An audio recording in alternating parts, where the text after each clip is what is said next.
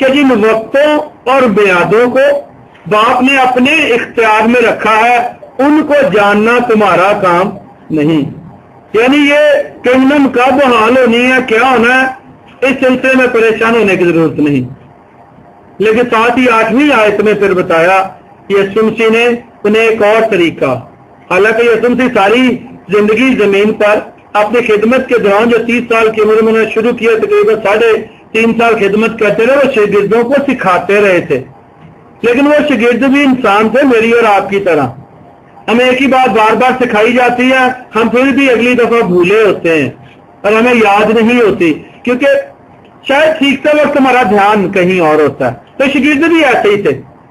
پھر یسوع نے بتایا لیکن جب روح القدس تم پر نازل ہوگا تو تم قوت پاؤ گے. تم جو بادشاہی کے تھرو قوت چاہتے ہو، یہ بادشاہی کا طریقہ بدل گیا ہے. اب جو روح القدس کی قدرت سے بھرے گا، جو روح القدس کو اپنی زندگی میں آنے دے گا، جو روح القدس کو اپنا آپ کنٹرول کرنے دے گا، اس کے اندر سے قوت بہے گی. جیسے میں نے پیچھے آپ کو بتایا کہ اس لفظ کا مطلب بیٹھے رہنے کے ساتھ یہ بھی ہے کہ بیٹھے رہیں گے، روح القدس آئے گا، لباس پہن لیں گے، روح القدس کے اندر چھپ جائیں گے تو بادشاہی بھی کریں گے. تو یہاں پر بھی یسوع نے کہا لیکن جب روح القدس تم پر نازل ہوگا تو تم قوت پاؤ گے. اگر آپ اس دنیا میں قوت چاہیے، یعنی تم رول کرنا چاہتے ہو، تم کنگڈم چاہتے ہو، تم بادشاہی اسٹیبلش کرنا چاہتے ہو، تو اس کے لیے تمہیں جو قوت ہے وہ روح القدس کے وسیلے ملے گی. اور پھر آگے یہ بھی فرمایا کہ پھر تم میرے گواہ ہوگے. یعنی یہ قوت جو ہے، یہ رول کرنے والی قوت، یہ مسیح کی گواہی کے لیے دی جاتی ہے. تم میرے گواہ ہوگے یروشلم میں، یعنی جہاں وہ رہتے تھے، تمام سامریہ میں جو کہ غیر قوموں کا علاقہ تھا، یہودیہ میں جو صوبہ تھا ان کا، اور تمام دنیا میں میرے گواہ ہوگے. تو یہ جو لفظ پاور استعمال کیا گیا ہے دونوں یاد کے اندر، یہ ایک ہی لفظ ہے. اور یہ جو ایک ہی لفظ ہے، یہ تبھی پاور مل سکتی ہے جب کوئی شخص جو ہے وہ روح القدس کے اندر ہو. اور اس کے اندر ہونے کے لیے اس کے ساتھ ریلیشن شپ بنانا اور بیٹھنا ضروری ہے. دیکھیں، بیٹھ جاتے ہیں، جب مل جاتے ہیں دو لوگ، بات چیت کرتے ہیں آپس میں، تو ریلیشن شپ ڈیولپ ہوتے ہیں، ورنہ تو نہیں ہوتے. ورنہ تو ریلیشن شپ ڈیولپ نہیں ہوتے، گہرے نہیں ہوتے، ہلکے پھلکے رہتے ہیں. اور جب تک گہرے ریلیشن شپ نہیں ہوں گے تب تک ایک دوسرے کو پوری طرح سمجھ نہیں سکتے، تب تک ایک دوسرے کی مرضی کے مطابق چل نہیں سکتے. تو یہ جو لفظ پاور استعمال کیا گیا ہے، یہ گریک کا لفظ جو ہے اس کا مطلب ہے، یہ گریک ورڈ ہے بیسیکلی، وہ ڈونامس ہے. اور یہ جو ڈونامس ورڈ ہے، اس سے آپ کا انگلش کا لفظ ڈائنامائٹ نکلا ہے. اور ڈائنامائٹ جو ہوتے ہیں وہ بڑے بڑے پہاڑوں کو اکھاڑنے کے لیے لگائے جاتے ہیں. اس کا مطلب ہے فورس، قوت، قدرت، اسپیشلی میریکل ورکنگ پاور، جس سے معجزات ہوتے ہیں، شفائیں ہوتی ہیں، عجیب عجیب کام ہوتے ہیں. اور بیسیکلی یہ ایک ابیلٹی ہے، یہ اسٹرینتھ ہے، یہ ایک صلاحیت ہے جو کسی شخص کے اندر اتر جاتی ہے. اور یہ جب صلاحیت اندر اترتی ہے، اندر سے باہر کو فلو کرتی ہے، یہ انہیرنٹ پاور ہو جاتی ہے. بیسیکلی یہ ہے انہیرنٹ پاور. اب یہ جو لفظ انہیرنٹ ہے، کسی چیز کو انہیرنٹ کرنا، یہ وراثت سے تعلق رکھتا ہے. جو ہماری وراثت ہوتی ہے اس کو ہم انہیرٹ کرتے ہیں. وراثت سمجھتے ہیں نا سارے، جو باپ دادا سے ملتی ہے. اس کے لیے کچھ کرنا نہیں پڑتا. انہوں نے کمائی, انہوں نے محنت کی, انہوں نے جمع کی, ہمیں اس لیے ملی کہ ہم ان کے بچے ہیں, اس لیے وہ باپ دادا کی میراث بچوں کو مل جاتی ہے. تو یہ انہیرنٹ پاور ہے, یعنی یہ اندر ریزائڈ کرتی ہے, یہ پاور اندر رہتی ہے بائی ورچو آف نیچر. یعنی یہ پاور فطرت کی صورت میں اندر سے نکلتی ہے, فطرت بن جاتی ہے انسان کی. اب میں پھر زور دے کے آرام آرام سے, کیونکہ یہ سمجھنا بہت ضروری ہے. ہم جس پاور کی بات کرتے ہیں وہ اس وقت اوپر سے موو کر رہی ہے. انہیرنٹ پاور جو ہوتی ہے وہ نیچر جب انہیرنٹ کر لیتی ہے پاور کو تو پہلے نیچر چینج ہوتی ہے, فطرت بدلتی ہے. پہلے وہ جو پاور آتی ہے یہ والی, یہ اندر سے بندے کو پہلے ہلاتی ہے, اس کی نیچر کے اندر اترتی ہے اور وہ اس کی نیچر بن جاتی ہے, فطرت بن جاتی ہے. اور فطرت آپ سمجھتے ہیں انسان جو کچھ کرتا ہے, جو کچھ اس کے ذریعے ہوتا ہے, جو کچھ وہ سنتا اور انجام دیتا ہے, تو اس کی فطرت کا حصہ ہوتا ہے, جو اس کے اندر ہے, جو باہر نکلتا ہے. تو یہ پاور, یہ فورس, ہم صرف میریکل ورکنگ تک ہی غور کر رہے ہیں, لیکن آگے بھی سمجھنا ہے. اس پاور سے جب یہ اندر اتر جاتی ہے, فطرت بن جاتی ہے, پھر میریکلز ہوتے ہیں. لیکن اس میریکلز کے ساتھ مورل ایکسیلنس بھی آتی ہے, یعنی اخلاقیات, جو کردار ہوتا ہے وہ پہلے مضبوط ہوتا ہے ڈونامس پاور کے ساتھ. جو سول ہے انسان کی, جو کہ سب سے زیادہ ڈسٹربنس کا ایریا ہے, وہ جو سول ہے وہ اس پاور کے بعد, اس کی ریزیڈنسی کے بعد, اس کے اندر اتر جانے کے بعد, اس کے فطرت بن جانے کے بعد یہ سول ایکسیلنٹ ہو جاتی ہے, یعنی کریکٹ ہو جاتی ہے 100%.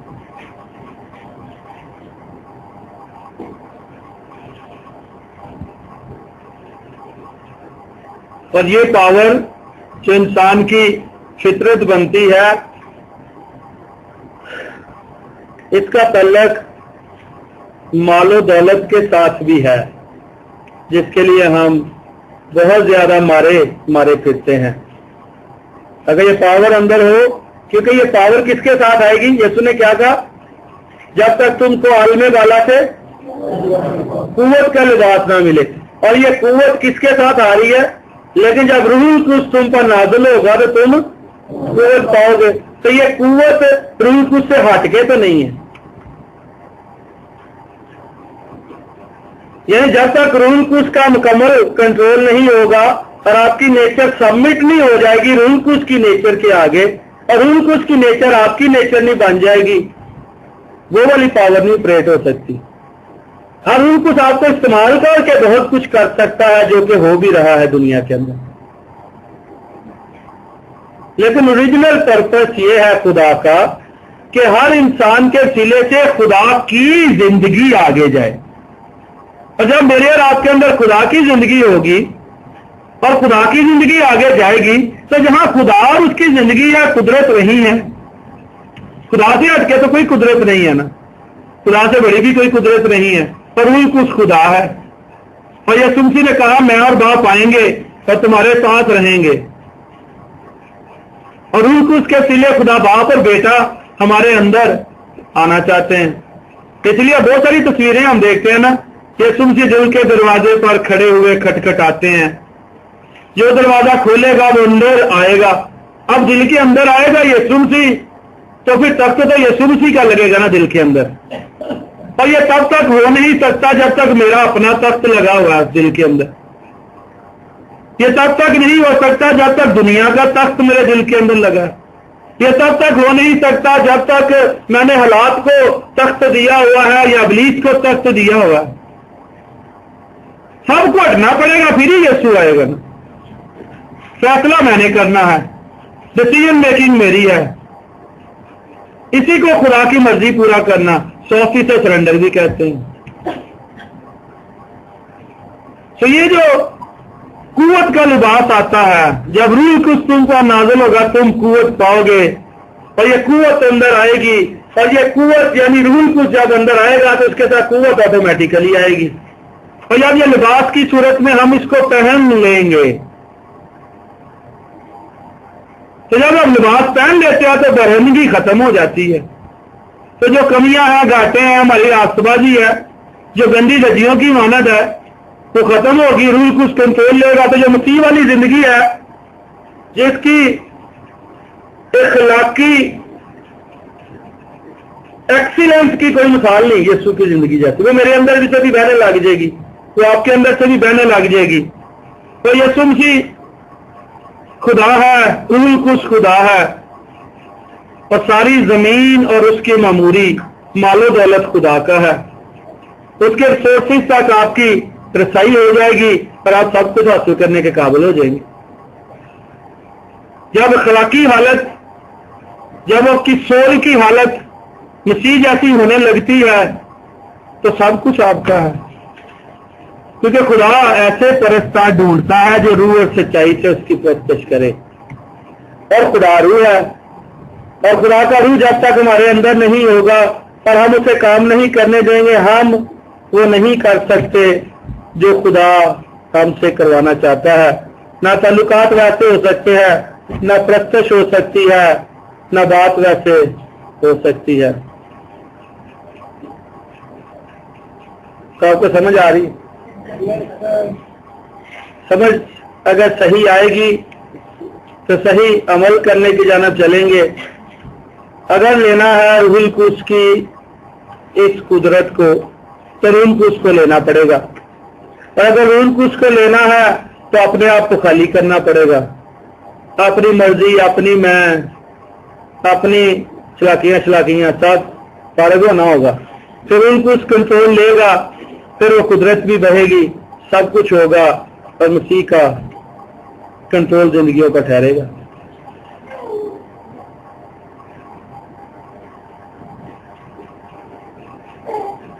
روح القدس کے بپتسمے کا جو ذکر ہوا ہے، پہلا ذکر جو ہوا ہے وہ یوحنا بپتسمہ دینے والے نے کیا ہے، متی کی انجیل کے 3 باب کی 11ویں آیت کے اندر، اور اس نے کہا میں تو تم کو توبہ کے لیے پانی سے بپتسمہ دیتا ہوں، لیکن جو میرے بعد آتا ہے وہ مجھ سے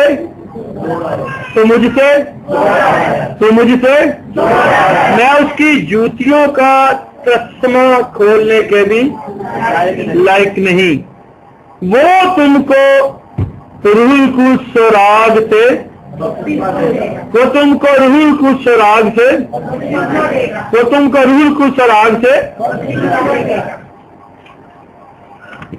دیکھیں یہاں پر یوحنا بپتسمہ دینے والا خدا کے روح القدس کی تحریک سے ہی بول رہا ہے، اور وہ کمپیریزن کر رہا ہے مسیح کے ساتھ جو اس کے بعد آنے والا ہے، اور وہ مسیح کی عظمت کو اس طرح سے بیان کرتا ہے کہ وہ جو میرے بعد آتا ہے وہ مجھ سے اتنا زیادہ زور آور ہے کہ میں اس قابل نہیں کہ اس کے قدموں میں بیٹھ کر اس کی جوتی کا تسمہ ہی کھول سکوں۔ پہلے تو جب تک ہم اپنی زندگیوں کے اندر مسیح کو عظمت دینا شروع نہیں کرتے، جب تک ہم مسیح کو وہ درجہ نہیں دیتے جو کہ اسے ملنا چاہیے مالک اور آقا ہونے کا، جس نے ہماری خاطر اپنی جان دی ہے اور ہمیں گناہوں سے بچایا ہے، جب تک ہماری سوچ صحیح راہ پر نہیں آتی تب تک بہت مشکل ہے۔ توبہ کرنے کے بعد بھی روح القدس نام میں مل جاتا ہے، ہمارے ارد گرد ہوتا ہے، لیکن جب تک مسیح کو اس کا جائز مقام نہیں ملتا ہماری زندگیوں کے اندر، روح القدس کوشش کرتا رہتا ہے تاکہ ہم اس بات کو سمجھ جائیں اور پھر وہ ہمارا کنٹرول لے کر ہمیں ویسا بنانا شروع کرے۔ یوحنا بپتسمہ دینے والا وہی ہے جس کے لیے یسوع نے خود کہا کہ جو عورتوں سے پیدا ہوئے ہیں ان میں یوحنا بپتسمہ دینے والے سے بڑا کوئی نہیں ہے۔ وہی یوحنا بپتسمہ دینے والا اس بات پر فوکس کر رہا ہے۔ ہمارا اس آیت کے اندر کیونکہ دھیان روح القدس اور اس کے بپتسمے پر ہوتا ہے، اس لیے میں تھوڑا پیچھے سے آپ کو آگاہی دینے کی کوشش کر رہا ہوں کہ بپتسمے تک آنے سے پہلے بہت ساری چیزیں درمیان میں ٹھیک کرنا ضروری ہوتی ہیں۔ ٹھیک کرنا ضروری ہے بہت کچھ، جس میں یہ بھی شامل ہے کہ ہم اپنی زندگیوں کے اندر یسوع کی عظمت کو سمجھیں۔ وہ ہمارا مالک ہے، اس نے اپنا خون دے کر ہمیں خریدا ہے، اس نے آسمان چھوڑ کر زمین پر آ کر میری اور آپ کی خاطر انسان بن کے وہ سب کچھ سہا ہے جو مجھے اور آپ کو سہنا تھا۔ اس نے وہ سب کچھ برداشت کیا ہے جو اصل میں نے اور آپ نے برداشت کرنا تھا۔ اس نے وہ سب کچھ، اس کا بدن توڑا گیا تاکہ میرے گناہوں کی سزا اس سے ملے، اس کا خون بہایا گیا تاکہ میرے گناہوں کا کفارہ ہو، اس نے اپنا خون باپ کی حضوری میں پیش کر کے میری اور آپ کی مخلصی کروائی ہے، چھٹکارا کروایا ہے۔ تو اس کا مقام ہے میری زندگی کے اندر، آپ کی زندگی کے اندر۔ وہ جو کہے وہ کرنا مجھ پر واجب ہے، کیونکہ وہ مالک ہے، وہ آقا ہے۔ اور قرآن ملاکی کی کتاب میں شکایت کرتا ہے، اگر میں مالک ہوں تو میری تعظیم کہاں ہے، اگر میں آقا ہوں تو میری عزت کہاں ہے؟ تو میرے لیے ایسے ہدیے گزرانتے ہو، ایسی قربانیاں چڑھاتے ہو جو بے عیب نہیں ہیں، عیب والی ہیں۔ یعنی بے عیب قربانیاں ہم نہیں چڑھاتے۔ عقل نہیں ہو جانے سے اپنی صورت بدلتے جاؤ، لیکن ہماری عقل رینیو تبھی ہوگی جب ہم خدا کے کلام کو اپنی زندگیوں میں جگہ دیں گے۔